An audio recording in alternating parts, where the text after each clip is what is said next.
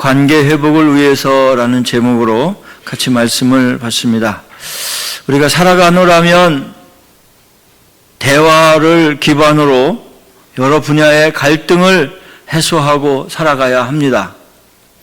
그런데 간혹 가다가 대화가 되지 않고 또 소통이 되지 않아서 분열을 맛보게 되고 분쟁을 맛보게 됩니다. 이 커뮤니케이션, 이 소통, 언어, 대화, 이것은 우리의 삶에 참으로 중요합니다. 가정에서도 소통이 안 되어서 부부가 어떤 생각을 하고 있는지, 자녀가 어떤 삶을 살고 있는지 도저히 알지 못하다가 결국은 가정이 불행해지는 경우도 많이 보았습니다. 회사에서 노사의 문제가 불거질 때마다 그 회사의 그 CEO들과 그리고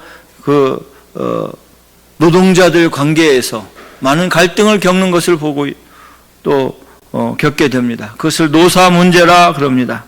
왜 그러냐 하면 회사가 이윤을 창출하면 그 이윤을 분배하는 과정에서 노동자들이 너무 억울하다는 거예요. 회사 리더들이 너무 많이 가져간다는 거예요. 그걸 대화로 잘 풀고 서로 합력해야 되는데 그 가운데에서 분쟁이 생기게 되면 갑을 관계가 되고 그래서 많은 어려움을 진통을 겪는 것을 보게 됩니다.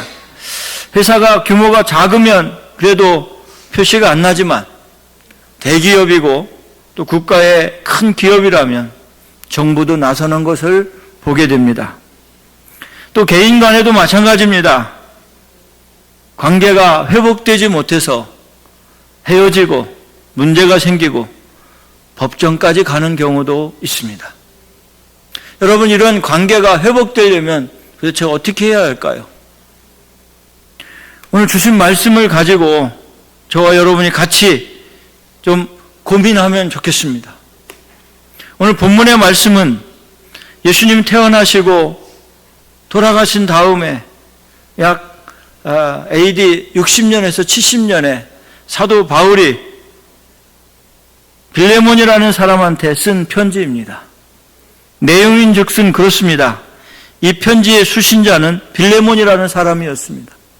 빌레몬은 주인이었고 그 주인인 빌레몬에게 오늘 사도 바울이 편지를 썼는데 당신의 종이었던 오네시모, 당신의 돈을 훔쳐가지고 도망가서 당신의 아픔을 주었던 그 오네시모를 용서하고 받아들이라는 내용입니다.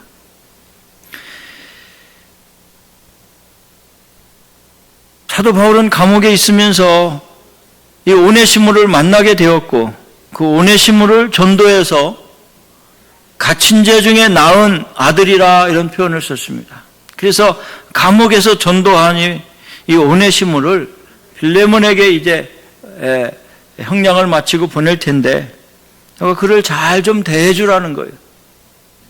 다시 관계를 회복하라는 거예요. 그러면서 사도 바울이 오늘 말씀합니다. 어떻게 해야 하는가? 16절에 이렇게 말씀합니다.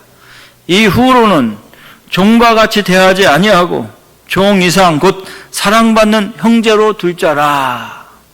내게 특별히 그러하거든 하물며 육신과 주 안에서 상관된 내게랴. 네가 관계를 회복하기 위해서 첫 번째로는 형제로 두라는 거죠. 사실 노예가 그 당시에 전쟁에서 지면 포로로 잡혀가서 노예로 팔리는 거예요. 그리고 국경지대에서 잡혀온 이방 민족 그를 노예로 갖다가 파는 거예요. 만약 노예가 주인을 떠나 도망하게 되면 그 노예는 사형시켜도 좋다는 법이 있었습니다. 그래서 이 로마 제국에서 특별히 노예들을 돈을 훔쳐갖고 도망갔다면 반드시 사형시켜도 마땅한 거죠. 그런데 오늘 사도 바울은 빌레몬에게 권면하면서 당신의 돈을 훔쳐갖고 도망갔든 물질적인 손해를 입히고 도망갔든 그 오네시모를 형제로 대하라. 여러분, 이건 쉬운 게 아닙니다.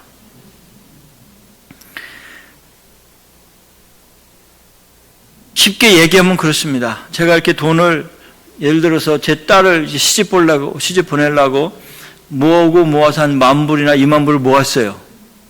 그때 어떤 사람이 그 돈을 가지고 도망갔어요. 도망갔는데 그 도망간 사람을 만난 다른 목사님이 어떻게 알고 이지용 목사 돈을 갖고 도망갔다 이 사람을 저한테 편지해가지고 이 목사 이 사람을 용서해 주라 그런 편지인 거예요. 저는 죽으라고 모아서 딸 시집 보내려고 이렇게 모았는데 그 돈을 홀딱 가지고 가서 다 써버린 그 사람을 오늘 편지가 받아보니까 그 사람을 용서하라는 거예요. 그러면 쉬운 일이에요? 쉬운 게 아니죠. 그리고 형제로 들어가는 거예요. 전에는 무익해 했지만 이제는 너에게 유익할 것이다. 이제는 형제를 여기고 돌봐주라 이 말이에요. 왜냐하면 10절에 갇힌 자 중에서 내가 낳은 아들이다 그렇게 했어요. 전에는 이 사람이 예수님을 몰랐지만 지금은 예수님을 알고 있다. 나를 통해서 예수님을 영접했다. 그러니 형제같이 대우하라는 거예요. 여러분 교회 안에서 남자를 뭐라 그래요? 형제님 부르잖아요. 광주에서 온 민족사관학교 학생들을 우리 김종규 목사님이 대할 때 학생들이라고 야야 하지 않더라고요. 남자인데 아들 또래인데 다 형제님 부르시더라고요. 나도 이제 우리 애들한테 형제님 부르려고 그래요. 다 같은 형제예요. 예수 안에서 형제예요. 하늘에 있는 아버지의 자녀가 됐으니 우리는 다 형제인 거예요. 믿습니까? 그 형제로 두고 이제 지내라는 거예요. 사실 빌레몬에게는 너무 힘든 거지만 사도 바울에게는 당연한 거예요. 그 당연한 것을 이제 우리에게도 말씀해 주시는 거예요. 여러분 원수, 특별히 여러분의 돈을 갈취한 사람, 여러분에게 상처를 입힌 사람, 형제로 대하라는 말씀입니다. 믿습니까? 여러분 그렇게 할 수 있습니까? 대답이 없는데 집에 가서 고민을 좀 해봐야 됩니까? 형제의 옳고 그름을 판단하지 말고 이제는 이해와 용서와 화해하라는 거예요. 형제는 여러분 스스럼 없는 사이예요. 그래서 형제로 대하라는 것은 이제 하나님의 아들로 서로 나누며 살라는 거예요. 더 이상 종과 주인의 관계가 아니라 종속의 관계가 아니라 갑과 을의 관계가 아니라 똑같은 동등한 형제로 대하라는 거예요. 믿습니까? 여러분 그렇게 할 수 있어요? 여전히 대답이 없습니다. 아니 목사님 저 사람은 가난하고 저 사람 배우지도 못했고 저 사람 제 생활 수준에 따라오지 못하는데 어떻게 같이 선상에 두고 봅니까? 이것은 그리스도의 생각이 아닙니다. 오늘 사도 바울은 빌레몬에게 내가 너에게 그랬듯이 너도 오네시모를 대해주라는 거예요. 사실은 빌레몬도 사도 바울이 예수 믿게 해서 하나님의 자녀로 삼은 제자나 마찬가지. 근데 그 제자에게 강권적으로 명령하는 것도 아니고 권면하는 거예요. 사랑하는 빌레몬이요, 내가 옥중에서 낳은 이 아들을 당신한테 보낼 텐데 당신이 형제처럼 잘 대해주라 이 말이에요. 사회적인 위치나 외모를 따르지 말고 그리스도의 사랑으로 품고 보듬어 주어라. 영적인 형제의 사랑을 나누어 주어라. 왜냐하면 이제 하나님 안에서 같은 가족이다 이 말이에요. 같은 가족이 되었으면 품으라는 거예요. 사랑으로 품으라는 거예요. 바울은 골로새에 있는 가정교회를 섬기고 있는 이 빌레몬에게 오늘 오네시모를 같은 형제로 품으라 이렇게 말씀하고 있어요. 제가 보스턴에 지난주에 다녀왔는데요. 보스턴 어느 교회에 이런 일이 있었습니다. 어느 날 빌이라는 청년이 예배에 참석하기 위해서 교회에 들어왔습니다. 언제나처럼 헝클어진 머리에 구멍난 옷 그리고 청바지를 입고 맨발로 교회에 들어왔습니다. 교회는 사람들로 가득 차 있었고 예배는 이미 시작되어 있었습니다. 이 청년 빌이라는 청년이 들어왔는데 자리를 찾아도 비켜주는 사람이 없어요. 그러니까 이 청년이 터벅터벅 걸어와서 앞에까지 온 거예요. 결국 빈자리를 발견하지 못하고 강대상 앞에 와서 첩푸덕 앉아서 예배를 드리기 시작합니다. 누가 뭐라 얘기하지 않았지만 다 얼굴을 찡그리고 있었습니다. 냄새나고 더러운 옷을 입었고 머리는 헝클어졌고 정말 예배드리는 자세가 아니었고 그러한 옷차림도 아니었습니다. 그가 이 강대상 앞에 첩푸덕 앉아있을 때 저 뒤에서 집사님 한 분이 걸어오기 시작했습니다. 팔순의 나이에 은빛 머리로 정장한 신앙이 좋아 보이는 여자 집사님, 예의 바른 집사님, 그 집사님이 지팡이를 쥐고 투벅투벅 걸어 나왔습니다. 빌에게 다가왔습니다. 여러분 어떻게 했을 것 같아요? 여러분 상상에 맡기겠어요.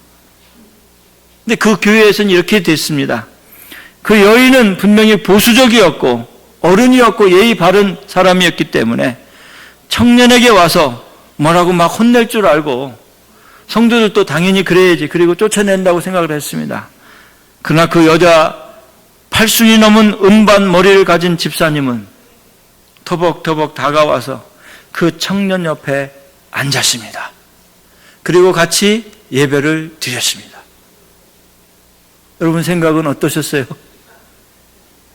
쫓아내지 않았습니다.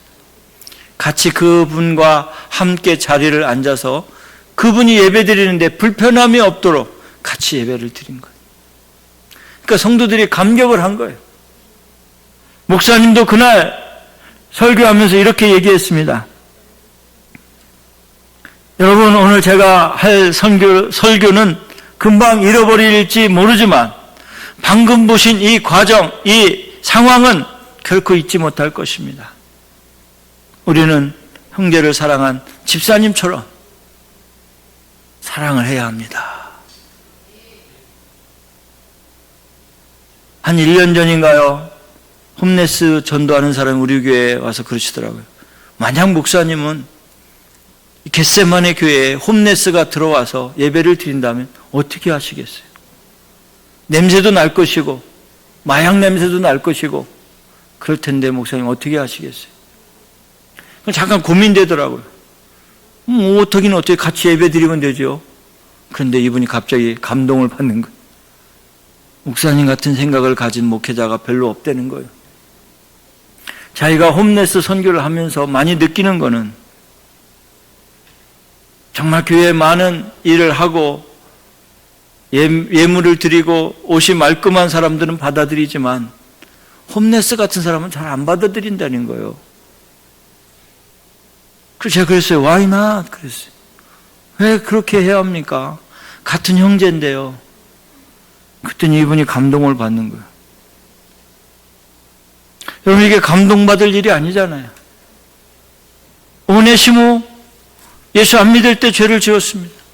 그런데 감옥에서 사도 바울을 만나서 예수 믿는 사람이 됐습니다. 형제입니다. 그러면 어떻게 해요? 같은 가족이고 천국에 가서 만날 사람이에요. 그러면 품고 그를 위해서 기도하며 형제로 당연히 맞아 주어야 합니다. 이것이 우리 교회에서 해야 할 일인 줄 믿으시기를 바랍니다. 그래서 형제로 받아들이실 줄로 믿습니다. 여러분 그렇게 하실 줄로 믿습니까? 예, 아멘 소리가 좀 커졌습니다. 그게 관계 회복이에요. 여러분이 다른 시선으로 보면 안 돼요. 똑같은 시선으로 형제로 두시기를 주님의 이름으로 축원합니다. 두 번째 오늘 말씀 보니까 17절에 그러므로 내가 나를 동역자로 알진대 그를 영접하기를 내게 하듯 하고 그랬습니다. 나를 영접하듯이 오네시모도 영접하라는 거예요. 영접이란 단어는 내 몸처럼 소중히 하고 가까이 여겨서 그를 사랑하고 받아들이고 내 사랑을 통해서 그를 돌봐주라 이 말이에요. 여러분 우리 가정에 누가 손님이 오면 영접하라는 거잖아요. 억셉트하라는 거예요. 받아들이라는 거예요.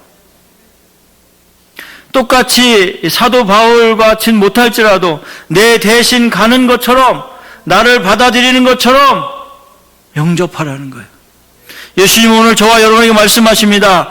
예수님이 나를 받아주는 것처럼 너희들이 많은 홈레스들, 형제들, 자매들을 받아주어라, 영접해라, 이 말이에요. 믿습니까? 영접이란 말을, 저는 단어를 생각하면 늘 영접분과 위원장이라는 생각이 나요. 뉴욕 교회협의회에서 저를 영접분과 위원장으로 10년 동안 이름을 넣어놨어요. 영접분과 위원장이 뭐 하는 거냐면, 할렐루야 대회, 그 여름에 집회 있잖아요. 거기 오면 강사님을 모시고 다니는 거예요. 3박 4일 동안. 어떤 데는 일주일도 돼요. 저보고 하라는 거예요. 그럼 뭐 하는 거냐, 그게. 그러면요, 차를 제일 좋은 걸 빌려요. 캐딜렉 빌린 적도 있고, 벤츠를 빌린 적도 있고, 제일 좋은 차를 빌려서 이 강사님을 공항에서 픽업해가지고 호텔에 모셔두고, 호텔에는 몇 시간 전에 가가지고 과일부터 시작해서 다과, 음료, 그리고 아름다운 꽃바구니 다 놓고, 심지어는 속옷까지 사보고 사다 놓으래. 사다 놓고 공항에서 영접해서 그 호텔에 모시다 드리는 거예요. 그리고 일주일 동안 아침, 점심, 저녁 제가 모시고 다니, 차로. 그러니까 계속 섬기는 거죠. 2년 전에는 누가 오셨었냐면 이면수 목사님이라는 분이 오셨어요. 이면수 목사님은 여러분 아시다시피 북한에 억류되었다가 풀려난 분이에요. 첫날 그분을 모시니까 그분이 그러시더라고요. 목사님, 제 연락처 있죠? 예, 제가 받았습니다, 회장님한테. 근데 그거 남한테 유출하면 안 돼요. 그리고 집회 동안 나를 좀 잘 보호해 주세요. 제가 왜요? 그랬더니 아시잖아요. 제가 북한에서 나올 때 북한에 대한 이야기를 안 하기로 했습니다. 그 제가 겪은 일에 대해서 얘기 안 하기로 했습니다. 근데 그거 안 하면 안 되잖아요. 그러니까 집회 도중에라도 이상한 사람들이 보이면 좀 막아주세요. 보호자요, 가이드요, 경호실장처럼 하라는 거예요. 그 제가 예배 드릴 때 계속 이렇게 둘러보는 거예요. 누가 혹시 테러를 하지 않나. 긴장하는 앞에서 맨 앞에 앉아가지고 막 이렇게 가끔가다 이렇게 한번 보고, 여러분이 경계할 때 이렇게 50m, 100m 이렇게 왔다 갔다 하는 것처럼 이렇게 샥 보는 거예요. 3박 4일 동안 제가 긴장을 많이 했었어요. 그리고 누가 만나러 오면 제가 다 끊었어요. 안 됩니다. 지금 강사 목사님은 설교 준비하라고 안 됩니다. 식사하셔야 됩니다. 계속 하면서 제가 모시고 다닌 적이 있어요. 그게 영접이에요. 영접 분과하는 거예요. 여러분이 한 영혼을 섬길 때 그분이 정말 편하도록, 그분이 정말 신앙생활 잘할 수 있도록, 그분이 마음 놓고 주님을 찾도록 영접하시기를 바랍니다. 오네시모는 이제 회개하고 하나님의 자녀가 되었습니다. 그가 두려움이 없어야 하고 용기를 북돋아 주고 낙심하여 우울할 때 여러분이 그걸 풀어주어야 하고요. 우리가 참 그리스도인이라면 그가 다시 주님과 같이 회복할 수 있도록 도와주어야 하는 줄 믿으시기를 바랍니다. 만약 여러분이 귀한 손님이 교회에 데리고 왔는데 다른 교우들이 그 사람을 쳐다보지도 않으면 어떻게 해요, 여러분? 기분이 안 좋잖아요. 만약 여러분의 가족 중에 한국에서 누가 왔는데 목사가 쳐다보지도 않는 거예요. 권사님 와서 인사도 안 하는 거예요. 그럼 어떻게 해요? 불편해요? 안 불편해요? 불편한 걸 저는 화가 나겠죠. 뭔 교회가 이런 교회가 다 있어. 그럴 거 아니에요. 근데 가가지고 악수하면서 나는 김 집사인데 잘 오셨다고 막 이러면서 하면 얼마나 좋아요. 주님의 심정이 그런 거예요, 여러분. 여러분은 한 사람을 놓고 무시하고 조롱하고 아니면 대면 안 할 수 있다고 생각할 수 있겠지만 주님은 그걸 보면서 마음 아파하시는 거예요. 한 영혼이 나 때문에 시험 들면 안 되는 거예요, 여러분. 그래서 특별히 빌레몬에게 사도 바울이 부탁하며 청탁하며 간절히 원하는 것은 나를 영접하듯이 저 오네시모를 영접해 주라는 거예요. 왜냐하면 오네시모는 당신의 가족이 되었으니까, 예수 안에서 당신의 형제가 되었으니까 그렇게 대주라고 부탁하고 있습니다. 갈라디아서 4장 15절에 보면 갈라디아서 4장 15절에 보면 이렇게 말씀합니다. 너희의 복이 지금 어디 있느냐? 내가 너희에게 증언하노니 너희가 할 수만 있었더라면 너희의 눈이라도 빼어 나에게 주었으리라. 제가 묻고 싶어요. 저를 위해서 눈을 빼줄 수 있는 분 있는지. 사도 바울은 있었어요. 사도 바울의 사역을 위해서 옆에서 자기 눈이라도 빼어서, 사도 바울의 눈이 얼마나, 기록에 보면 신학자들은 안질이 걸려가지고 눈이 날마다 아파서 눈꺼풀이 켜고 아팠다는 거예요. 그런데 그 눈을, 자기의 눈을 빼서 좀 주고 싶은 거예요. 얼마나 사랑하는 관계입니까?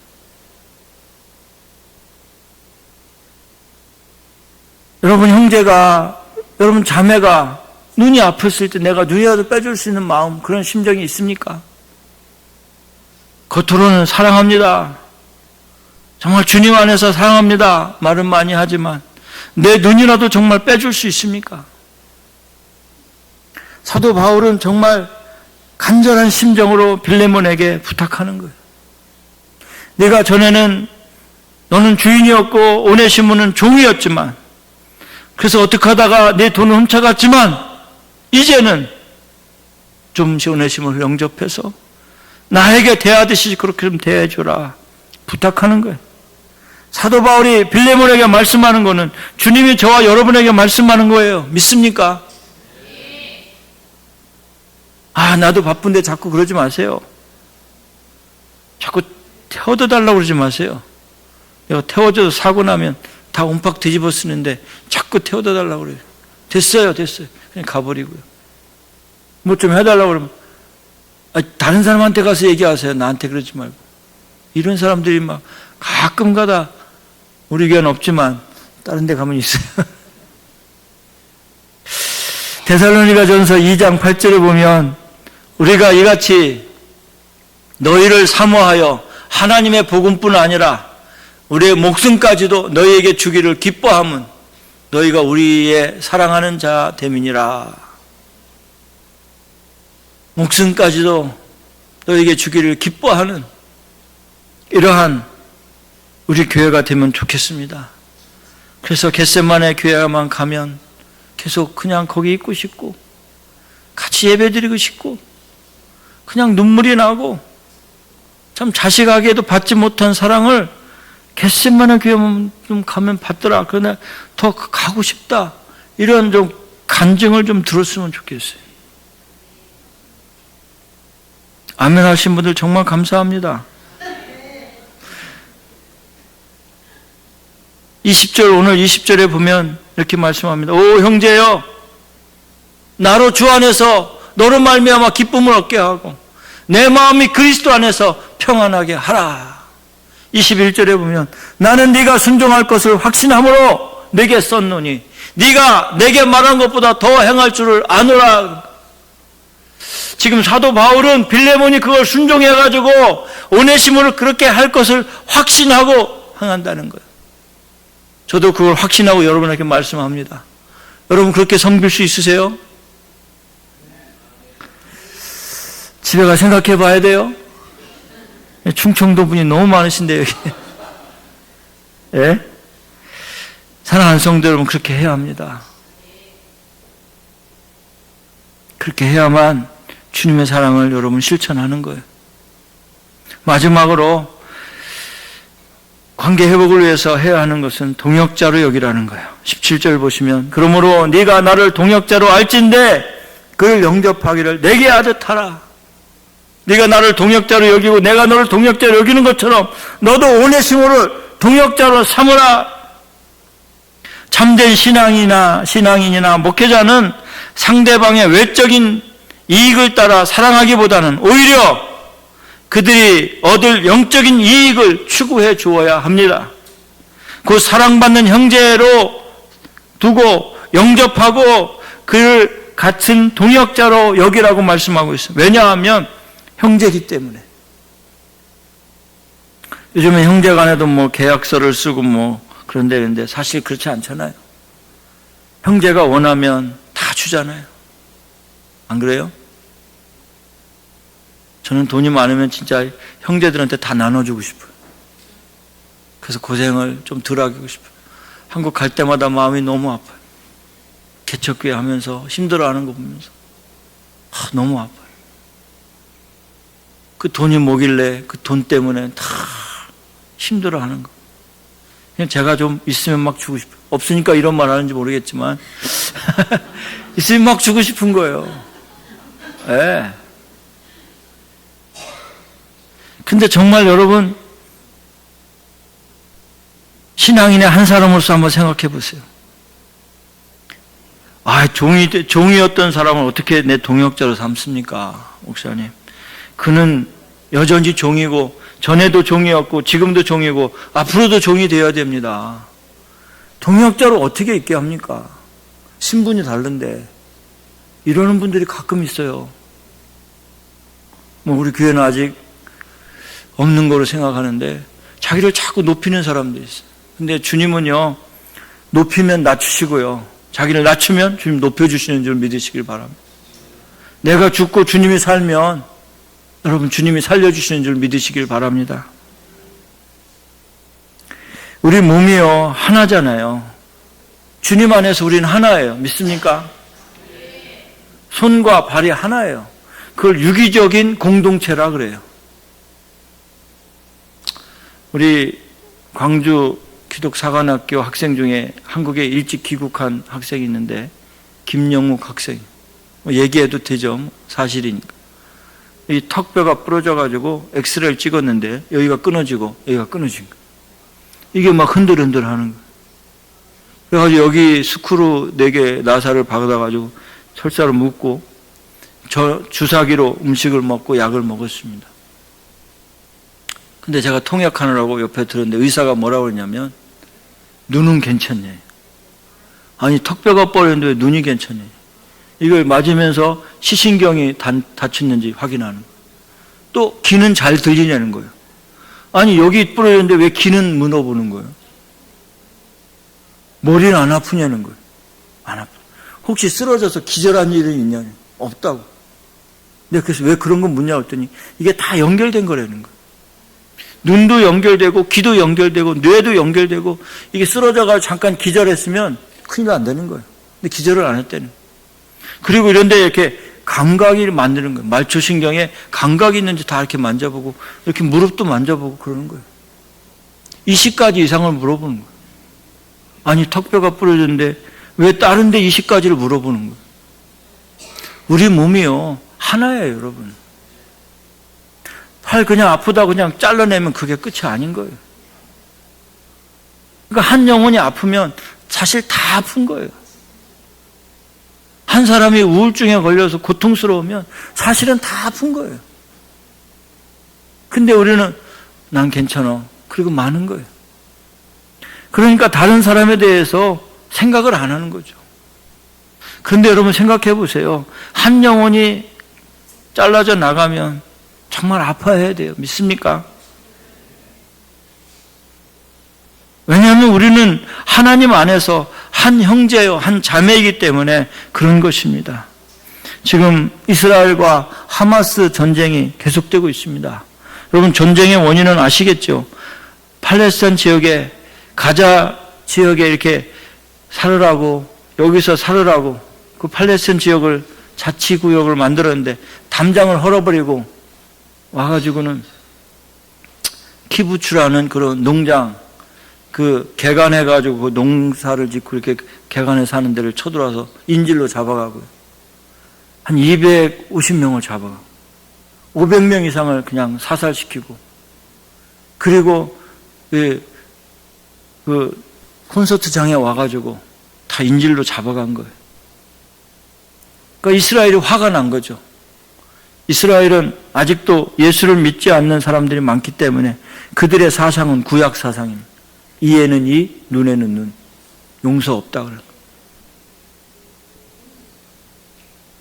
네이타누인가 그 총리가 와서 연설하는데 그러더라고요. 하마스 당신들에게 앞으로 주어질 일은 너희들이 죽거나 아니면 항복하고 나오든지 둘 중에 하나라고. 가만두지 않겠다는 거. 다 씨를 말려버리겠다는 거. 근데 여러분, 피는 피를 낳고요, 보복은 보복을 낳는 거예요. 거기서 화해와 회복이 없으면 죽어나가는 사람들이, 무고한 사람들이 죽어나가는 거예요. 사단은 오늘도 분쟁이 일어나게 하고 싸움을 나게 하고 전쟁을 일으켜서 많은 사람을 죽이는 거예요. 오늘 말씀을 여러분 오늘 이 시대에 적용해 보자면, 여러분이 만약에 화해와 회복이 없으면 우리는 더 이상 크리스찬이 아닙니다. 용서와 끊임없는 배려가 없으면 세상 사람과 똑같은 사람이 되어버립니다. 만약에 빌레몬이 오네시모를 받아들이지 않으면 빌레몬은 정말 진짜 크리스찬이 아닙니다. 그러니까 사도 바울이 오늘 이 마지막 절에 빌레몬, 너는 내 말에 순종할 것이고 나는 그것을 확신한다. 내가 내게 썼노니 네가 내가 말한 것보다 더 오네시모에게 잘해줄 줄 안다. 이렇게 고백하잖아요. 사랑하는 성도 여러분, 우리가 끊임없이 깨어진 관계들이 회복되어지기를 주님의 이름으로 축원합니다. 여러분의 가정이 회복되고 우리 교회가 회복되고 우리 사회가 은혜와 평안이 그리고 화평이 샬롬이 일어나기를 예수님의 이름으로 축원합니다. 그래서 하나님의 사랑, 예수님의 그 사랑이 저와 여러분의 가슴에서부터 나오기를 바랍니다. 몸에서부터 실천되기를 바랍니다. 여러분 발걸음이 사랑을 실천하는데 빠르게 달려갈 수 있기를 바랍니다. 그것이 오늘 주님이 저와 여러분에게 말씀하는 줄 믿으시기를 바랍니다. 제가 오늘 말씀을 묵상하면서 정말 나는 빌레몬과 같이 오네시모를 받아들일 수 있는가 고민을 많이 해봅니다. 여러분도 여러분에게 원수 같은 사람, 내 돈을 훔쳐간 사람, 내가 정말 시집 보내려고 다 준비했는데 그거 가지고 얼마나 마음이 아픕니까? 내가 좀 집을 살라고 막 내가 차를 살라고 내가 뭘 하려고 다 가져가 버린 그 사람. 깨어진 관계지요. 그 관계를 회복하기 위해서는 형제로 그리고 영접하고 그리고 동역자로 삼는 저와 여러분의 그 결단과 은혜가 일어나기를 예수님의 이름으로 축원합니다.